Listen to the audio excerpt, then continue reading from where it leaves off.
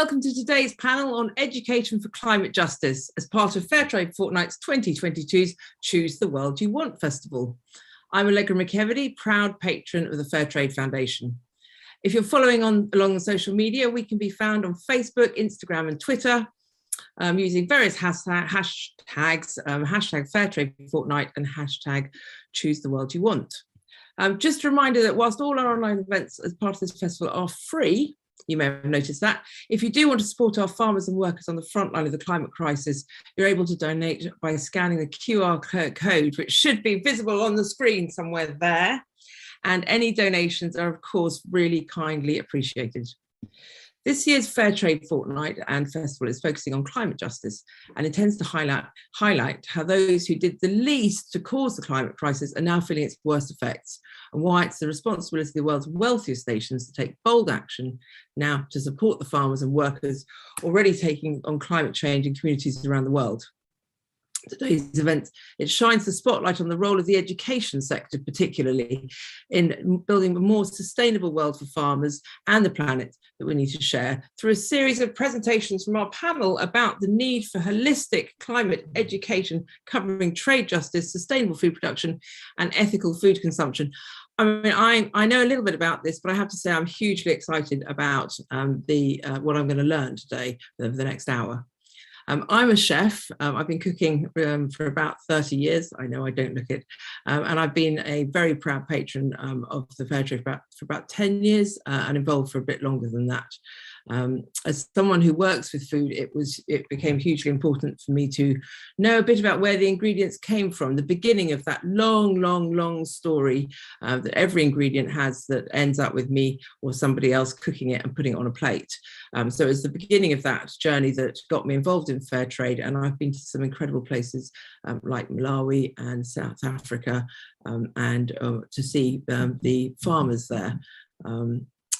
Incredible people doing incredible things who deserve a better time than they're getting. Throughout my career, I've worn lots of different hats. I've opened restaurants, I've written books, but the one that's sitting very comfortably with me at this moment, at this time of my life, is about education and particularly about children. I work with Compass, who deliver, so I write recipes for that go into 2,500 state schools. I also am a presenter on food-centric programs on CBBC, like Step Up to the Plate and Junior Bake Off. And I set up and run a teaching kitchen in my daughter's schools.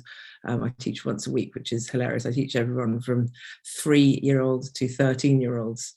And of course, Fairtrade is an important part of the message, as well as just making nice food. So I find myself really well placed in the sweet spot that unites my passions for children's education, food and cooking, and social and climate responsibility. But I do think that is enough about me, because whatever I've got to say, I can guarantee that what our panelists, our illustrious panelists, have got to say is going to be more interesting than that. Just a bit of background. So to start off, I'm going to just introduce them one by one, and then they will each have what's the format is that they will each then have 5 minutes to get off their chest whatever they want to share with you on this great topic. We'll then go back and I'll have a little Q&A with each of them individually, and then we'll have a bit of a share-all Q&A to round off. So first off, we have Professor Doug Bourn, who's the director of the UCL Development Education Research Centre and a member of Our Shared World. Doug brings his expertise in global learning, education for sustainable development, and global citizenship to the panel. And recent publication, Education for Social Change, explores the opportunities and the challenges around climate change education. After that, we'll be hearing from Phoebe Hanson, who's an inspiring youth activist, and she really is, who's one of the leading developers of the mock COP, and champion of the Teach the Future campaign. Phoebe recently spoke at the Environmental and Education Ministers Summit in COP26, and her activism shows how national governments, policymakers and educators can work with young people to progress climate education. The third member of our panel is Harriet Lamb, CBE no less, and CEO of Ashden, which is the organisation spearheading the national Let's Go Zero campaign, which she can tell you about, which unites schools across the UK working to become carbon zero by 2030. She was the former CEO of Fairtrade International, so I think we all know Harriet, and she has decades of experience tackling global issues through working in charities of all sizes. And last but not least is Jennifer Buchan, who's coming down to live online all the way from the from Scotland, I don't know if it's North Scotland, but certainly Scotland, from Hutchesons Grammar School, which is a school that has been awarded the highest level of Fairtrade awards. Jennifer brings to the panel her practical experience of teaching about global learning in the classroom, highlighting the positive impact of quality climate education, both on students and the wider community, and she has had a very large impact. So first up, we'll be hearing from Doug, and it's over to you to tell us a bit about what you've learned and what you can teach us. Thank you, Doug. Thanks, Allegra. And I'm very pleased to be with you all today at the beginning of Fairtrade Fortnight, and at a very important time in terms of the issues that we're talking about here today, not in relation to Ports of Fair Trade, but the broader campaigns around climate justice and sustainable development. And what I'm going to do is say a little bit about some of my connections with the Fairtrade Foundation, and then say a little bit about why I see the context of the Sustainable Development Goals, and then finally the particular initiative that I'm involved with, which is Our Shared World, which is a way of promoting these goals to schools in England. So I've had quite a long-standing relationship with the foundation. I produced a research report for them a few years ago around the extent to which their award programme was having an impact within schools across the UK. And I found that a very rewarding experience in terms of seeing the wealth of activity taking place in schools, and the extent to which an award programme was going more just beyond just ticking a few boxes and doing an odd bit of activities once a year. And I think one of the successes of the Fairtrade Foundation's work is that it shows that Fairtrade has been a way of capturing children and young people's imagination about global issues, about the importance of fairness and social justice. And to me, that term social justice has become more and more important in lots of the educational work that many of us are involved with. And as Allegra just mentioned, I've recently published a book on education for social change, where I outline what I call a pedagogy for global social justice. And I see the Fairtrade Foundation, and I refer to them as a case study in the book, as a way of putting that into practice. So how can we bring these things much more into our educational practice? And so to me, what the foundation's been doing is an example of that engagement that many schools and teachers around the UK have been engaging in. How do we equip young people with the skills and knowledge to engage in these global issues? And how the concept of fair trade captures their imagination as a way what they can practically do, but also can deepen their learning and understanding of these issues. And I think one of the things that has happened in recent years and in this country and around the world is the extent to which these themes have become seen as much more acceptable within mainstream education, much more than the case 10, 15 years ago when I started involved in some of these areas of work, an extent to which they're now much more accepted. And one of the reasons that's helped is that a few years ago, the United Nations launched its Sustainable Development Goals. And what was important about those goals was the emphasis it gave to education and the importance of children and young people around the world promoting education as an important part of achieving Sustainable Development Goals. And within that goal, within Goal 4, there's a target called 4.7, which states that by 2030, ensure that all learners acquire the knowledge and skills needed to promote sustainable development, including not only education for sustainable development, but global citizenship, cultural understanding, and human rights and gender equality. So there's a sense in which those themes are now becoming accepted internationally as an important part of education. So what a number of us have been doing in the UK through a whole range of organisations is how can we ensure this goal of target 4.7 can become an integral part of the learning for all schools and schools, children, young people in England. Particularly, we've been focusing on England. And so we've formed this coalition called Our Shared World. And one in its primary goal is to have this target 4.7 be an essential component of every child's learning. Now, of course, in the context of England at the moment, it's a bit of a political challenge, as we know, but there is some evidence of that engagement. So I think one of the things I've been doing is providing evidence for that coalition about what's happening across England in terms of engaging in these issues. And we've found there's hundreds of schools looking at these issues. As we know, climate justice is an important part of young people's learning at this point in time. And so I think there's openings and opportunities. And one of the things I think the foundation can be doing, and is doing quite practically, is how can we get more schools involved? Because it's not just saying call on government to call on this. A lot of it can be done anyway within schools across the country. It doesn't need politicians to say it should be done. So I think one of the roles of organisations like the foundation is how it can equip children, young people and teachers to take these issues forward.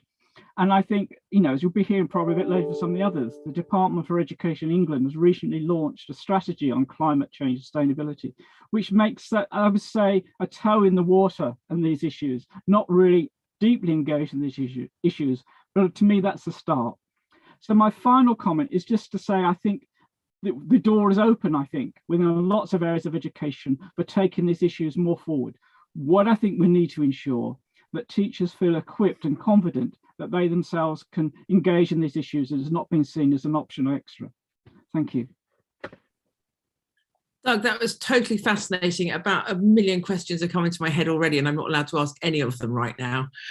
Really fascinating stuff. Thank you very much. I'm now going to pass over to Phoebe for her delivery, and we'll come back and I'll try and whittle through my millions of questions for the one that's shining out. Thank you. Hello, I'm Phoebe. I'm an activist with a campaign called Teach the Future, which is a climate education campaign that's based in the UK, currently in England, Scotland and Wales. And I'm also somebody that was really failed by my climate education. And that's not to say that I was failed by the teachers that I was taught by. I wouldn't be here if it wasn't for my amazing teachers. I'm quite literally the daughter of one of the teachers at one of the schools that I went to.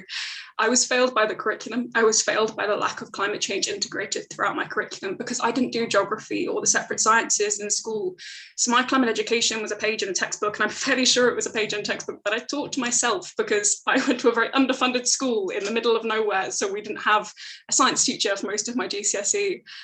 I didn't get the forum to ask questions about climate change. I barely learned the basics of it. I didn't learn about the intersections of climate change with other subjects. I didn't get an education that allowed me to see myself as a change maker. Here in the UK government is promoting something they call the Green Industrial Revolution, which is incredible. It's a workforce, it's green, it's sustainable, it works for the future. It's a workforce that understands climate change and works for it no matter what industry you're in. But the experience that I've had and the experience that my classmates have had is an education that doesn't teach the bare minimum of climate change, never mind how students that aren't geographers or scientists could contribute to part of the solution. I wasn't taught about climate change. I wasn't prioritized as somebody that used to learn about sustainability and the climate, like about climate justice. So I don't see myself as somebody that going forward into the future needs to care about this and needs to make sure that it's integrated within whatever job that I'm in. How is keeping climate education to those two subjects to very limited careers helping the workforce as a whole to be green? I became the activist and the future green worker that I am today because a once-in-a-century pandemic came around and gave me the time to self-educate on Instagram, on YouTube, on online courses, to give myself the education that my classmates and I didn't get in the classroom. The only reason that I know that my future job as a humanities student and not like a STEM student can be a green job, no matter what industry it's in, is because I pursued that knowledge myself. We can't have a green industrial revolution or a green workforce without comprehensive climate education in our schools for every student, not just geographers and scientists. And that's what the Teach the Future campaign is about. We're campaigning for changes to the school curriculum to ensure that climate education is woven like a golden thread through every subject that it can be, that it's integrated, that it's mandatory, that it's assessed. Because we're campaigning for a climate education that teaches the facts and figures that I was barely taught, but it also teaches the causes of climate change, its disproportionate impact around the world. It also teaches about how marginalised communities in the global south are leading on this and have nature-based solutions and solutions that we need to recognise here in the global north and that are leading the way. We need to learn how it intersects with other social issues like racism and workers' rights. We need to understand about food injustices. We need to understand about how climate can link to every single one of our subjects and into every single student and future workers' lives. Every single student can be a sustainability student, because we want to empower the next generation to be climate leaders, because this is our future. This is what my future is going to look like. And I need to be a leader, and I'm not being given the tools and the skills and the knowledge to be able to do that. When I spoke at the Education Ministers Summit at COP26 that we co-convened at MockCop, the organisation that I'm a part of, as well as Teach the Future, I ended my speech with, our generation is the future and you're not treating us like it. You need to start treating my generation like we're the future. You can't expect my generation to be a part of the solution if we're not taught that we can be a part of it. You can't expect my generation to be the future if you're not teaching us to be the future. That's my input. Thank you very much. Phoebe, that was epic. Move over Greta. There we go. The British Greta.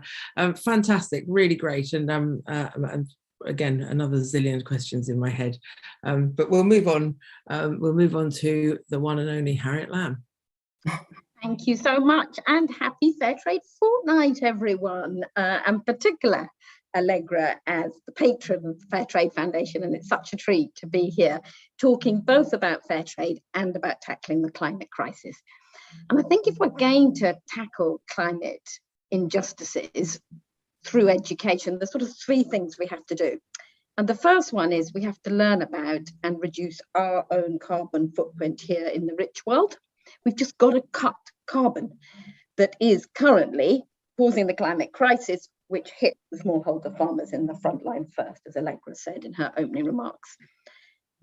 Secondly, we need to address those inequalities between the wealthy and developing world by ensuring that we are paying a fair price for those goods that we buy from the farmers, and in particular for our food, so that they can then themselves also farm sustainably and become zero carbon.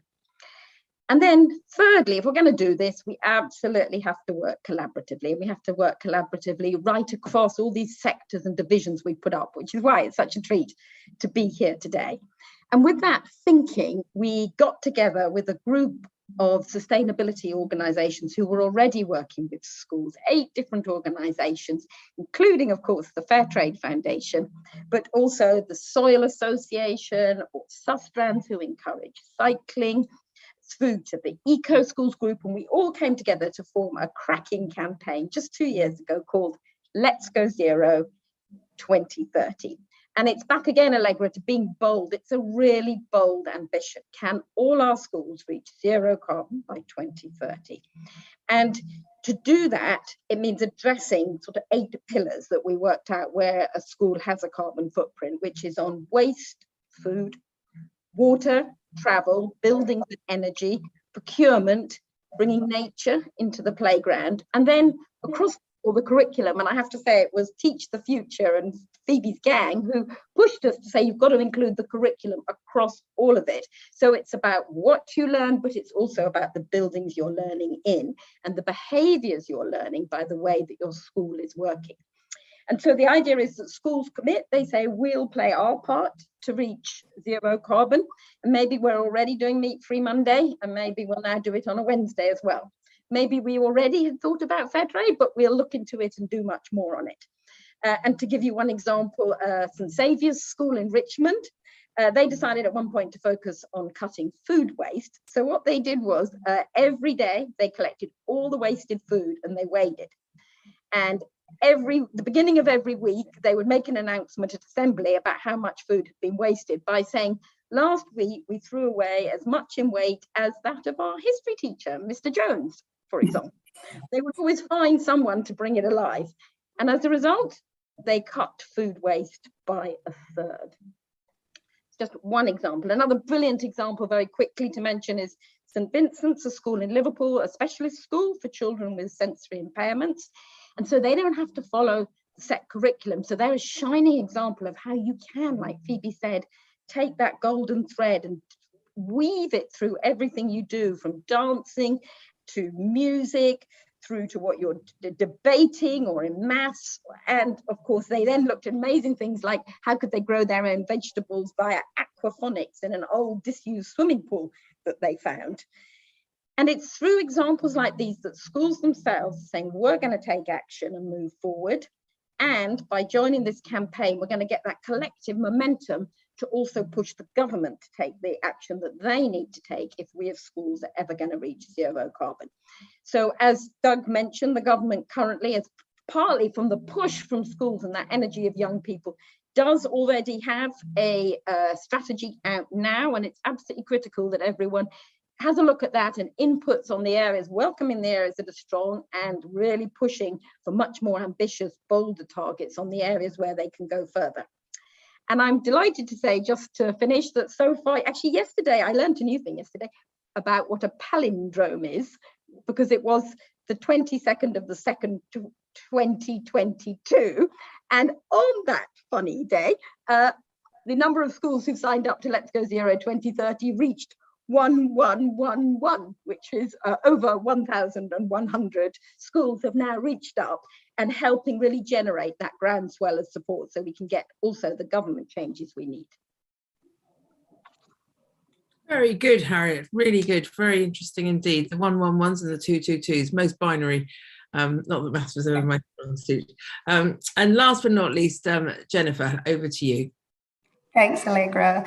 And yeah, thank you. I'm delighted to be invited onto the panel today. And it's been really interesting listening to the other introductions from panelists. And, you know, there are definite commonalities and themes. And, you know, I'm experiencing those here in Scotland as well. Whilst our curriculum is a bit different to that in England, it's possibly a lot more open-ended. You know, we have experiences and outcomes that we have to teach, but the method by which we do that and the way that we get there is much more open to interpretation, which does free up greater opportunity, I think, for us in Scotland. It goes both ways. I think that frees up opportunity for us, but you could also say it then relies heavily on motivation of individuals. Each school is quite different, and it does rely quite heavily on strong school leadership and management. So I think I'll speak a little bit just now about my engagement with Fairtrade Foundation and, you know, my perspective of the award scheme that Douglas mentioned as well here in Scotland. So I've been involved with the Fairtrade Foundation for about 12 years now. Through the school programme and as a teacher advisor, just on a voluntary basis. And I've worked to help both my current school, Hutchesons Grammar, and my previous school, Stenhouse Primary, to both be what we call fair achiever schools. I've really enjoyed over the years seeing the way that the award scheme has developed. It's quite different now. There are 3 stages to it. You go through being a fair aware school to a fair active school, to then being a fair achiever school. And each of those stages would take at least a year. You know, I think Douglas touched on the kind of depth that is required, and I do agree it takes quite a lot of input for each of those stages. And it's also not, you know, something you just get and then you say you are a fair school.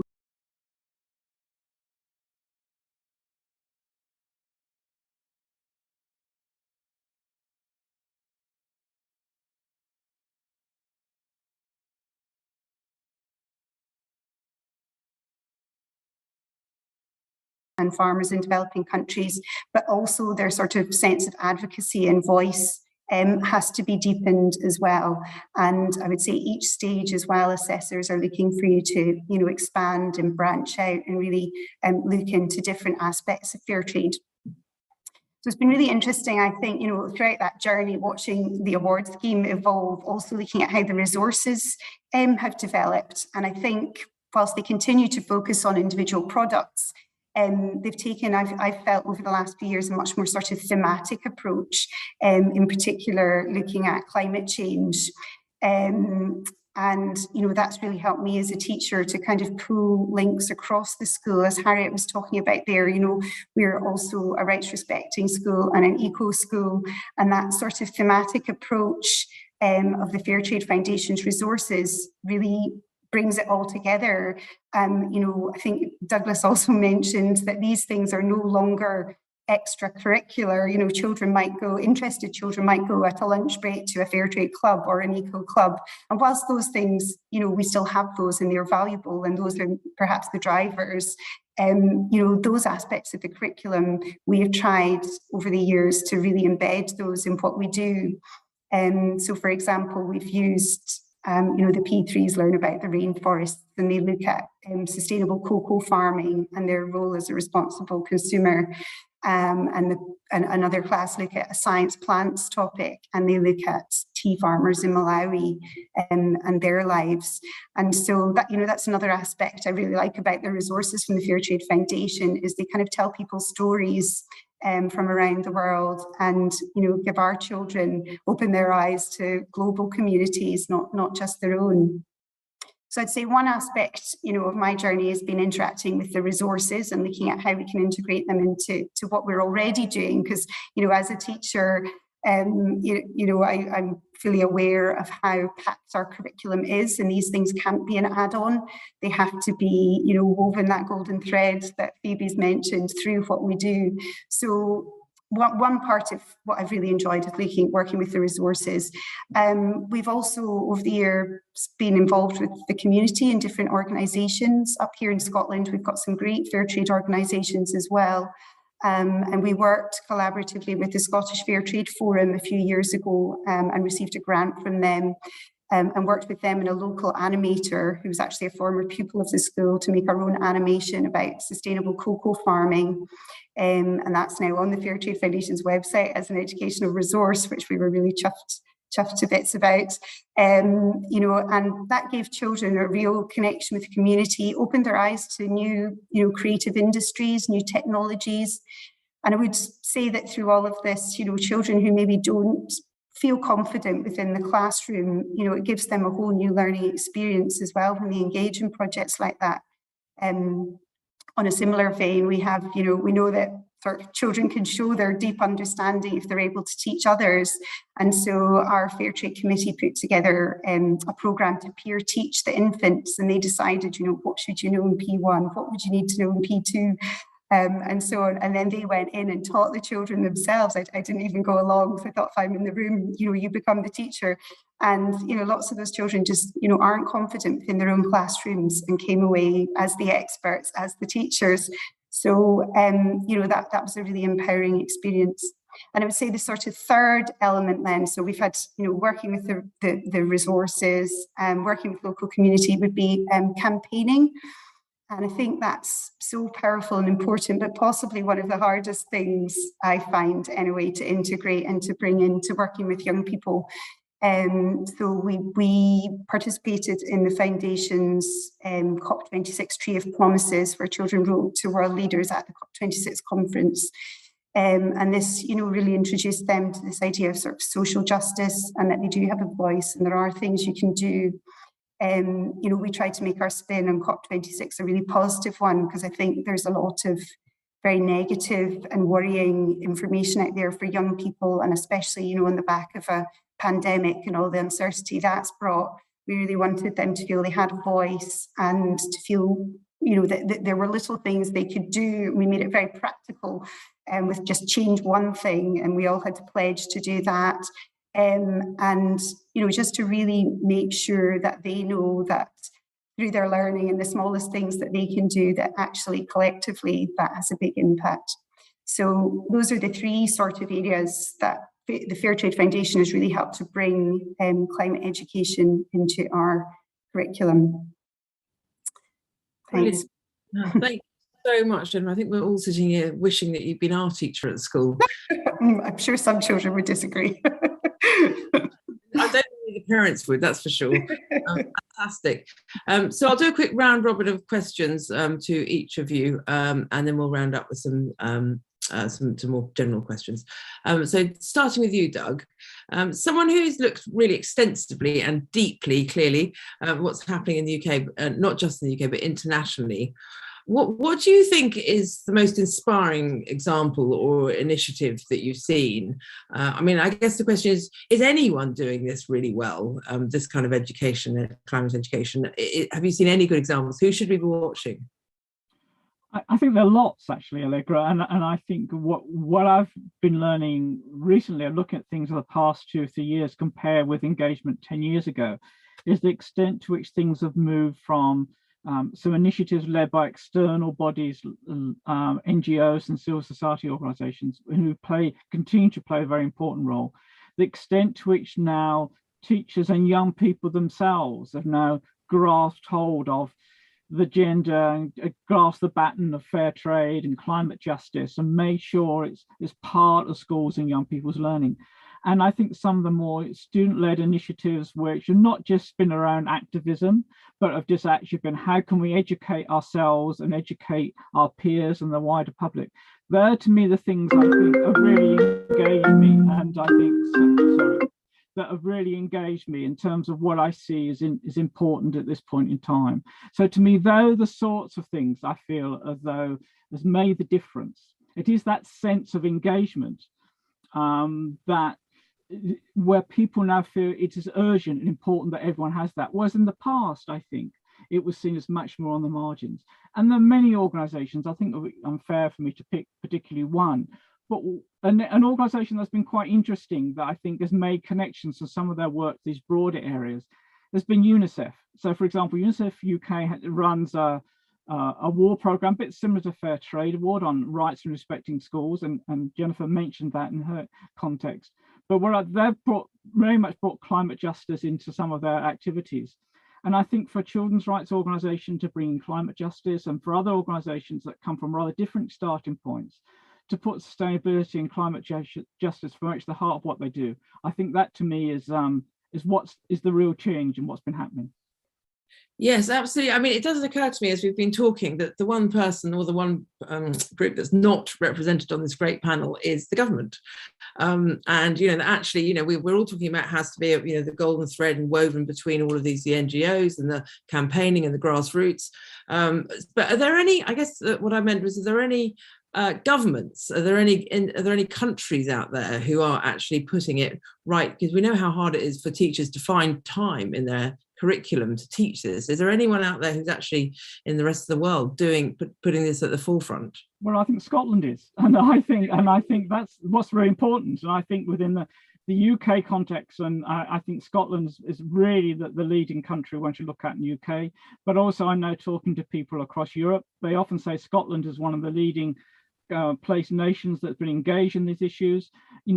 One could see similar things in traditionally in Northern European countries like Finland and Sweden have long-standing engagement with these issues. But to me, it's not just about what a government is doing, it's about actually is the infrastructure around it to support its delivery. And sometimes there can be examples, and this has happened in the UK in the past, in other countries, where a government says she'll be doing something, and then 5 years later, because of lack of funding or change in government or politics, those have a lower priority. So to me, it's about actually having a long-term vision and change. And that to me is where, what's happening in Scotland, it's much more long-term. And I think that's where the Sustainable Development Goals has an important role, because it talks about it's by 2030. So where do we all fit in relation to those things? That to me is where we should be thinking about. It's not about what we do the next 2 or 3 years. It's how can we that as part of a generational change. Absolutely. Well said. And go Scotland. There we go. Somewhere to look. Phoebe, over to you. I've got a question because my daughter is 11 and she has a certain amount of climate change anxiety, which is a real thing. And quite a lot of her peers at school, particularly in the years she's in the first year of secondary school, there is real anxiety about this. And I guess the question that I have for you is, how do you think it's best for children, young adults, to take their stresses, anxiety, the climate anxiety, and turn it into positive action? I'll answer that in 1 second, but I would also love to add, Italy is absolutely leading the way on climate education. It was the first thing that came to my head. I had the absolute pleasure of working with Lorenzo Fioramonte, their ex-education minister at COP26, and he's incredible, and the stuff that they're doing is incredible. I think from September 2020, they have compulsory each year 33 hours of climate education integrated into every grade in their school system, which is, they are leading the way, and they're absolutely incredible, and it is the blueprint for everywhere else across the world. But in terms of climate anxiety, I think it's something I've struggled with a lot, and it was because I didn't have the education in school to be able to interpret the headlines and the pictures that I was seeing on the news, it's not a case of if we're going to teach students about the climate crisis, they're going to realize how intense it is and they're going to get really anxious.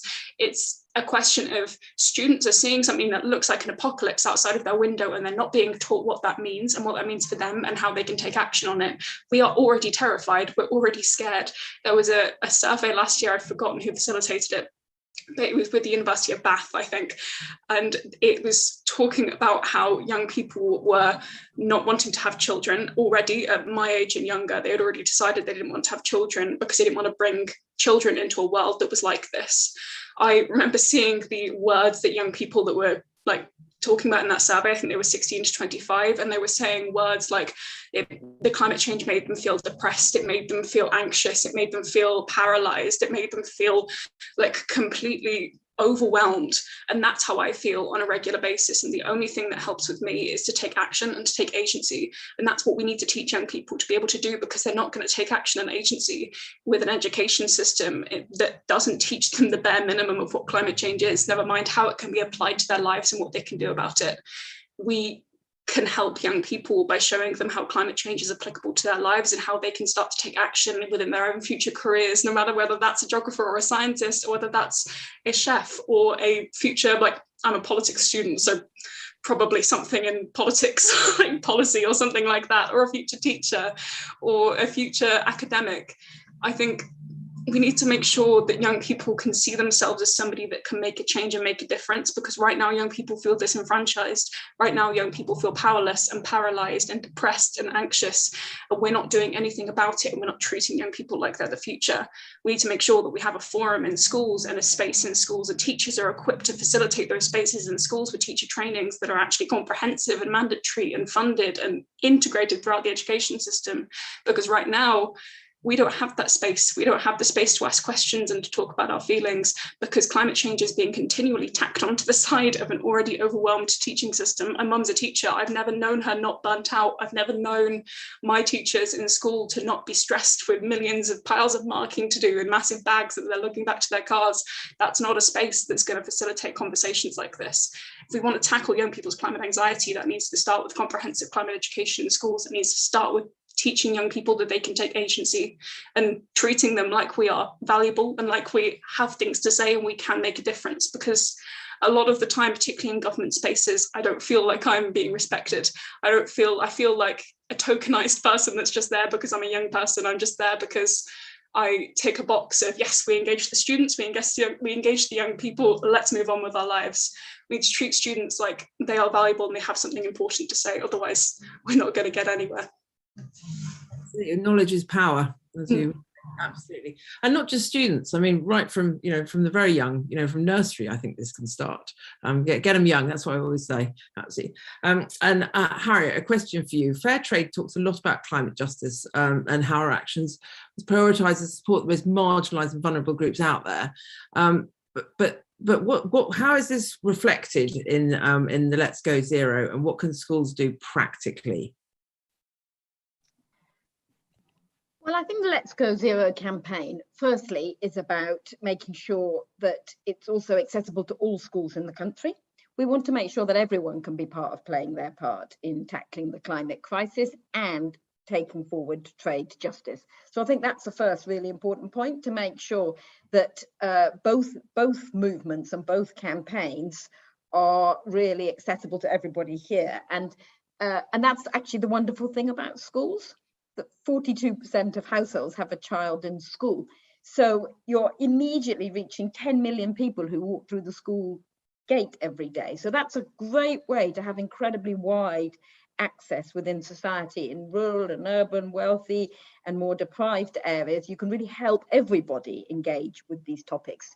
And I think that's sort of part. We know that fair trade has shown how schools and the Fairtrade schools and the awards have been a brilliant example of that leadership coming from schools that then ripples out wider. I'm sure most parents here who've had kids have been, nagged into buying more fair trade because the children have learned about it at school. And I think we can see the same thing happening as well on the drive to tackle the climate crisis.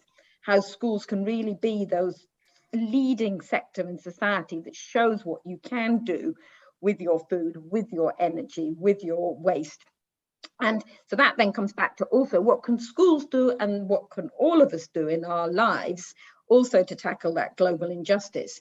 And I think it is about making sure that obviously if you're buying fair trade products whenever you can, that immediately means that they're coming from organised smallholder farmers and workers, and that they're being paid a fair price with a premium on top that really enables them to invest in building a long-term sustainable future. And as long as we're paying farmers the giveaway prices that we actually give, for example, for our tea, I mean, if you look at how little we pay for our tea, it's not surprised then that if you meet tea workers in India, for example, or indeed in Malawi, where Allegra and I went together to meet some tea workers, they simply don't have enough to live on because tea is being sold so cheaply. And therefore, people are also pushed to destroy the environment. Whereas if you pay people a fair price, including the most marginalized people, you will help them be able to farm more sustainably in where they are. You'll enable them to tackle, for example, deforestation in their area and have the resources to invest in protecting and building up natural resources. And it's often fair trade farmers who are in the lead of those sorts of environmental movements, because they haven't made those kind of divisions that we've made between, oh, this is about trade, and over here it's about the environment. They see things coming together, the social and the environmental coming together. And I think that's why a campaign like Let's Go Zero, together with people like Fairtrade, can again try to make that bridge so that we see both the social and the environmental impact and really empower and enable, as we've been discussing, school children, and then when they leave school and become the public, to really drive change through their shopping choices and to the demands that they make on retailers and brands to offer fair trade. And at the same time, that's empowering the farmers and ensuring they have the farmers to the resources to be in the lead of tackling the climate crisis in the developing countries as well. So I think it can be a really powerful coming together. Yes, so back to one thing you said, tackling the climate crisis in developing countries. How are you seeing that? What have you seen? How is that being tackled? Oh, well, just before I came on this call, I was having such an interesting call with farmers in India and in Uganda about how they're working to drive forward regenerative agricultural practices. So really trying to say, how can we farm in a wholly new and different way that is less linear and extractive, and that depends on pouring in fossil fuels, which is what fertilizers are in the end, and chemicals, and in all the time trying to increase productivity because we got to sell at this low price. And instead, how can we start to farm much more in tune with the rhythms of nature and much more sustainably, much more like a sort of circular economy, for example. And this is not just something for wealthy farmers. You might think, oh yeah, regenerative agriculture, lovely, that's just for the wealthy in the UK. Not at all. The guy we were talking to, who actually won an Ashden Award last year, Noah Simpije, he's working with refugees in Uganda who have got tiny plots of land, and working with them, and he's enabling them to farm sustainably through regenerative practices. And actually they're getting much better quality vegetables, so therefore they're much healthier, in fact, and can sell them for a higher price. So it's seeing how can we find those win-win-wins, but it does start with us all being ready to pay a fair price for our food. And I think that throws a challenge, and I just want to go back to the government point, because simply schools are so stretched and their budgets are stretched to breaking point, and they need to be given more resources so they can pay a bit more for their food and can buy sustainably better, more nutritious food. And so they've got the resources to train teachers and to give teachers time to be trained also on the climate crisis. One of our asks in the Let's Go Zero campaign is that every school has a sustainability lead, a designated lead, and that the government makes available resources for them to really be trained in how they could help their school reach zero carbon. And that would also include continuous professional development training for all teachers. So while we need to change the curriculum, we will also need to help upskill many of the teachers who are, honestly, as Phoebe was saying, behind with all the best will in the world.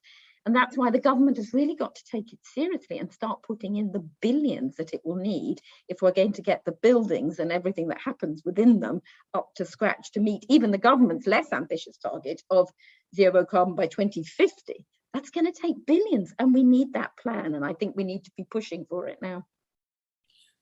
Well said. You're always on for a good long soundbite, Harriet. Very good. Question over to you, Jennifer. I've got two separate questions for you, actually. One of them's coming from someone watching, Fran Poppleton, who says, how can we give teachers more time and empower them to engage in these essential topics, which is referring back to what Harriet said as well. Mm-hmm. Yeah, I think it's a great point. And I think Douglas, Harriet and Phoebe have all talked a bit about teacher training.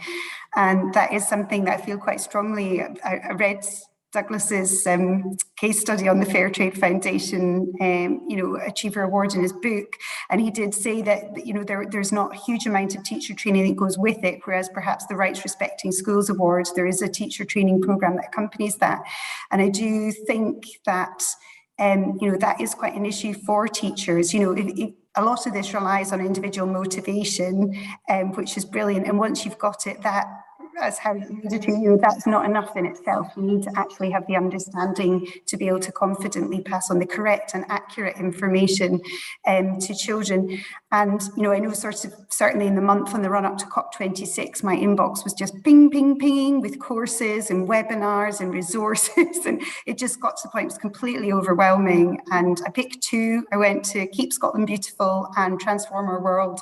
And they were both fantastic. And I took from those lots of brilliant things and used those resources to plan a COP26 week with colleagues. We pulled together the Eco School lead, the RRSA lead, our social subjects teacher, and I'm the senior teacher for science and for Fairtrade, so that we all worked together to create this week. It was very collaborative, but we were quite overwhelmed by the amount of resources that were coming through. So I think, a centralized, a training program that comes from the top that addresses everything teachers need to know, so that we are not left scrabbling about looking for things, signing up to things that you sometimes get what you need, other times you don't. It was interesting. I had a look at the draft paper that the English curriculum draft paper that you've sort of been talking to. I was quite surprised how heavy the science content still is in that. And, for training for teachers, it's about the science of climate change and a science framework. And I just hope it goes further to look at the social impact of climate education as well. As the senior teacher for science here, obviously it's important, and we did a whole class experiment as part of COP26 where we set up two bottles and we measured how much hotter one got when it contained CO2 and the other was an ordinary air sample. So we looked at the science of it to see that it was real and it was really happening, but that was actually quite a small part of everything we did for COP26, in fact probably the smallest. We then went on to look at transport and food journeys and what we're eating and fair trade and biodiversity. So whilst, yes, you have to understand, why climate change is happening and how it's happening, that's such a small element. So it'd be interesting to see what happens the next stages of that draft paper. But to go back, I think, as with many of these things, they're driven by the school management and the leadership team, and they need to be prioritising that as a need for their school and freeing up time for staff to engage in good quality teacher CPD if they're going to be able to teach it effectively. Brilliant. And that actually leads on to the other question I was going to ask you, which is, how do you see, because your students do have more knowledge, and how do you see that impacting on them? Yeah, I think in terms of impact, I'd really like to see two things, I suppose. One is the knowledge, because you do need to be able to understand, to have well-informed opinions and, justify your ideas and be able to explain them to others. But I think, one of the reasons we sort of prioritise climate education and teaching in this way is also to teach those subjects or those concepts that are not always explicitly taught in the curriculum, things like altruism, compassion, soft, skills such as critical thinking, social enterprise. We don't have these formally enshrined in our curriculum anywhere. And so, for me, that's the other priority. It is about having the children well informed, because that, I think Phoebe said that she didn't have that information. She's had to self-teach herself all of that. And, you know, we don't want our children to be in that situation. So we do want them to have that. But as well as that, we need that compassion that goes alongside it, and that drive, and sometimes that anger, and, you know, whatever the driving force is, to make them realise that, you know, that they can do things about it. So those would be, yeah, so information and care would be the two main driving factors, I think.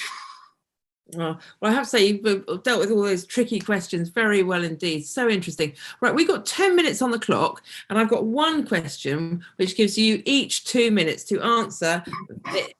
Because this is, I think, probably the most important thing. People who joined today are probably keen to do their bit. I mean, certainly you fired me up, and I'm sure you fired everyone else up. We've all just got to get on with this and take it to the next level. But if there was one thing that you could put out there, what is that one thing? And we're going to you first, Doug.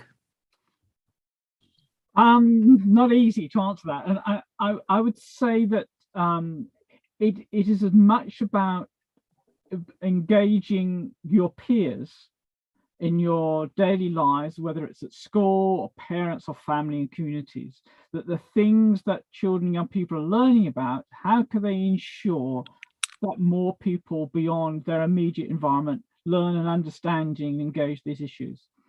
Because there's a sense in which there's a lot of movement of these things within schools, but in wider society, I'm not convinced there is that level of engagement and understanding about the importance of some of the issues we're talking about today. It's there, but it's low, I think far too low level. And I think the sense in which how we can use the interest and engagement to engage more. And if there's one thing adults and communities listen to, it's young people, right? And because their voice is important, that they're not always, whatever they say might always be taken up, but often given that sort of space. And I think that space can be used in a creative way to engage others. So to me, that was one thing I would say, because it's about turning just that learning into some form of social action. Okay. Talking of action, let's go to Phoebe. I think I'd kind of echo Doug in this. I think for me, what made me so scared and what made me so paralyzed by climate change, climate crisis, was not feeling like anybody else was experiencing the same thing and feeling the same thing, the sense of isolation that I think comes with it. Like, obviously, this is a thing that everybody around the world is thinking about, but you kind of forget that when you get so entrenched within your own fear.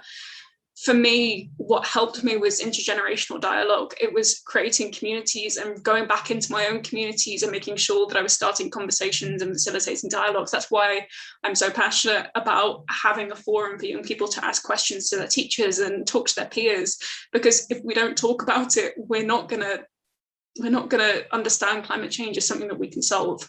And I think for young people, we feel incredibly isolated within feeling quite powerless and disenfranchised. And when it's just talking young people to young people, as impactful as that is and as amazing as that is, I think you can get quite entrenched within feeling like you don't really have any power because you're not yet 18, or you don't have the vote yet, you don't have whatever. Talking to your parents, talking to adults, talking to people that have more knowledge and experience and are wiser than you in a lot of ways, that's really, really powerful. And that's something that we really need to build on. We need those coalitions between generations. We need to make sure that we're facilitating dialogues between different generations.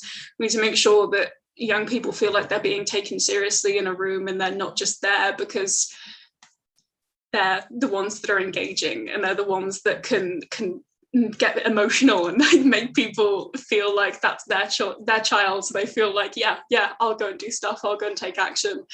I don't want to be inspiring. I just want to be listened to. I just want to feel like I'm being taken seriously and people are going to go and take action. And I think if you can do that for somebody else, if you can make them feel like they're being taken seriously and make them feel like you are going to go and do something in your own career and your own job, that will do a lot more for them than you can think. I think you're inspiring, Phoebe. Harriet, you're also inspiring, and you have inspired many people. You've got 2 minutes, and what is the one thing people should think about doing now? Well, obviously I'm going to cheat, but I think the one thing is to build on the momentum that was created in the run-up to COP26. All that Jennifer was talking about that she was doing in schools and all that Phoebe was doing at COP26. And I have to say, along with the Fairtrade Foundation, we were there looking after the Forest of Promises, Jennifer, and seeing all the amazing commitments that young people had made and their calls to world leaders on what they wanted them to do. And it was really noticeable how much attention that attracted from world leaders, including your very own Nicola Sturgeon came over, read them, had her photo taken with them. And it did help push people, and we've got to maintain that momentum, that shift we did see in the run up to COP26, and make sure we take that to the next level of getting delivery. And that obviously includes, and I would say this, wouldn't I, if you're part of a school, see if they'd like to join up with the Let's Go Zero 2030 campaign that we're running together with Fairtrade and linking closely with Teach the Future, because that is something very positive and very concrete steps that everyone can take. Every school in the country can take some steps forward that are empowering, I think, because you then can see the action and feel part of that bigger collective push, while also talking about it with your local MP, with your councillors, with your faith group, whoever it is that you're engaged with. I think keeping on raising the voices about what we can do positively together to address the climate crisis, and in a way that is just to the farmers and workers as well. Absolutely, totally agree. There are lots of things about this that are sort of resonating with the beginning of fair trade, isn't it? Don't you feel that? Well, I think you're so right, Allegra, about how we can take an issue from the margins and drag it kicking and screaming into the mainstream, and you begin to feel that real resonance, and people want to respond and they want to support action on the climate, and they're working out what's the best way that I can do that. So I think the fair trade was always an inspiration. Oh, always is. And Jennifer, what about you? What would you say? What's the takeaway? Well, I'm speaking to teachers here, I suppose, largely. I would say takeaway would be to, I guess, look at what you're doing currently, look at your current topics, your current plans, have a look at the Fairtrade Foundation resources, see where you can integrate a more global perspective to sort of open children's eyes, so it's not an add-on, it's what you're already doing. How can you open that up to give it a climate slant or an angle, or integrate that and look at the resources? That's how we've embedded climate education in topics where we can, to make it sort of meaningful and contextualized for children, and in a whole new context, not the context they're familiar with, but that global context. And brilliant case studies, videos, role plays that really tell stories from around the world and let children connect with communities so far from their own, and open that global dimension. So look at what you're already doing, don't add new things in, you're already too busy, but look at what's out there on the Fairtrade Foundation's website and see what you can use to really open up the learning. Quick question for you, what's been the biggest hit amongst the children? What's been the one that's absolutely landed? What lesson learning? Yeah. But actually, the biggest one, and I always get a huge uptake of the Fairtrade Committee the year after, is looking at the Malawian tea farmers. There's a fantastic resource there, and at the end they all have to pretend that they are the tea farmers, and they've got their fair amount and they've got their Fairtrade premium, and they have to decide how it's going to be spent, and they debate it and they argue it and they love it, and so often I get so many people signing up for Fairtrade afterwards, and because they want to do the debating, they love that contest. But the role plays have been brilliant, they really enjoy that, and there's a whole range of things out there: role plays, debates, lesson plans, videos, case studies, a whole range. But yeah. Website, fantastic. Well, it just remains for us all, me and everyone who's watching, to thank you. You've all been amazing. To Doug and to Harriet and to Phoebe and to Jennifer, thank you so much. And if you've enjoyed today's event, you might like to tune in for some of the others. I think I'm about to mispronounce this from what Doug said earlier. Chocolate as a pedagogy. I've always said pedagogy, which is on Tuesday the 1st of March at 12:30 p.m. Also on the 1st of March at 4 o'clock is the big Fairtrade CPD. Climate Action in Your School, which is about training trees and teaching materials, which actually sounds fascinating. I was on Tuesday, the 3rd of March at 4 p.m. And Threads, a sustainable cotton journey. My Fairtrade cotton shirt, hey! Friday, the 4th at 11 a.m. Thank you all again. Have a brilliant Fairtrade fortnight. It is always a highlight of my year. I hope it's been thought-provoking and will help to galvanise and bring us to arms. Well done, and thank you very much indeed for joining us.